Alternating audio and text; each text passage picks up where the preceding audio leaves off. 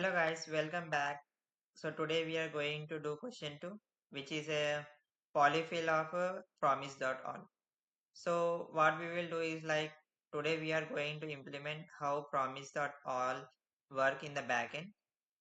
So actually I have I had this question today because in most of the interviews they ask us to implement Promise.all method by ourselves to test our knowledge about how we are means how we know how much we know about the Promise.all. So here is an example of that. So before that, let's see what is Promise.all do. So mostly Promise.all method takes an array of promises which is used which is used when we have multiple async operations to complete. Then after completion of all those promises, then we can continue. So in such cases we use Promise.all. And in that we have two types of methods like resolve and rejects. So resolve, what it do is like uh, if all the promises are resolved, then it simply give us the output.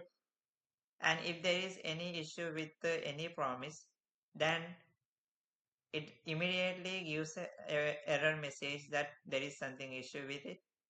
So let's see here example. So here in the example you can see I have created three promises by using resolve method and passed 1, 2, 3, and I am simply calling the method promise all and I am passing here array of promises and I am just simply consoling it. So here we cannot see any error as everything all the three promises are resolved. So we are getting output like 1, 2, 3. But here you can see P4 has a rejection and I have passed message like something is wrong. So when I am passing the P1 and P4 in the promise all method, then I am simply consoling it, then I am getting error like something is wrong. So in the promises of an array, if there is any promise is failed, then it simply rejects it and gives an error.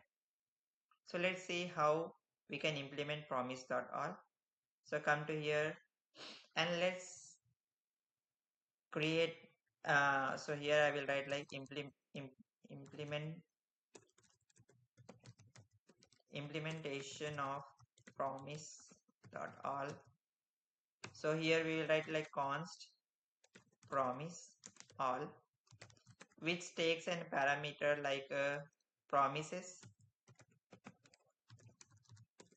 and it simply returns like return, and here it will take the object of promise. So promise new promise, and this object has two things. First one is resolve and second one is reject. You can see here this promise has executable like resolve and it gives us rejection also. So I am taking those two and simply I am returns. So simply I have taken resolve and rejection from this promise object. Now for storing the result, I will create here results, which is an empty array, and to track those promises like here we are passing array of promise, so we need to track those. So I am creating here const. We have to use the let method because we have to use uh, this complete completed count variable in different functions. That's why. So now let's see if for the Promise.all, here in the promise all, if we didn't pass anything like we just sorry we didn't pass anything and here just we call like promise all an empty array, then in that case we need to here fix it. So we have to handle that case. So for that we will write if promises dot length is equal to 0, then what we will do is like here simply we will return resolve with an empty array. So if there is no promises, then it returns empty array.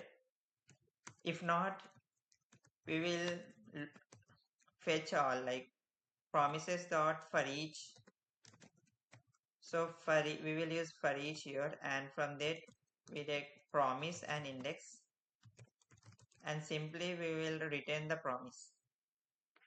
So here what we will do is like we use promise dot resolve, and we will at the beginning we think that it is resolved, so we will here write the promise resolve, and then the result of this promise we will store somewhere. So I will store it in a value, and simply the result of value I will store in this array with an index. So results of with index is equal to that value. So for the first promise, all the result will be stored at the first index of a results and its value. Okay. And now after storing that result, I will increment my complete count by 1, and here I will check like if promises. So here I will check like if complete complete count value is equal to promises dot length. So if all the promises means promise resolve is done, then simply what we will do is we will return the resolve, like we will just simply return the resolve like resolve, and here I will pass the results. And if there is any error, then here we will catch that error and simply reject it, because rejects how it works means if there is any error with any of the promise, is just simply reject that and show the error. So this is how we implement Promise.all method. Let's check whether it is correct or not. So I will create promise. So promise.resolve 1 and more to 2 3, and here is 2 3. Now I will simply call the promise which we have created, Promise.all method, and I will pass these promises, and simply I will I will simply call console log this error, and if there is an error I will also catch, that is console.error.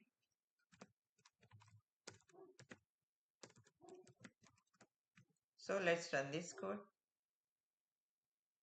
Here you can see we got 1 2 3 because here all the promises are in the resolve state.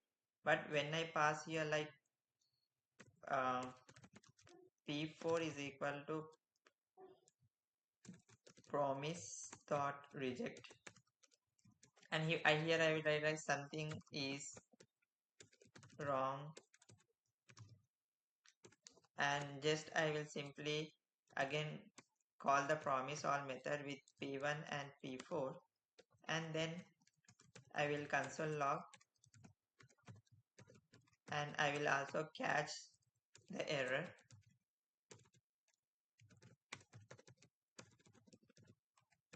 Okay, so now if I run this code, then you can see here we got like something is wrong. So in this way it works. So I think I have shown you everything.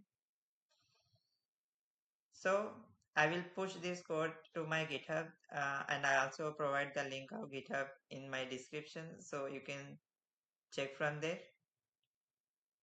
And let's see tomorrow by the next topic. So thank you for watching. Do like and subscribe.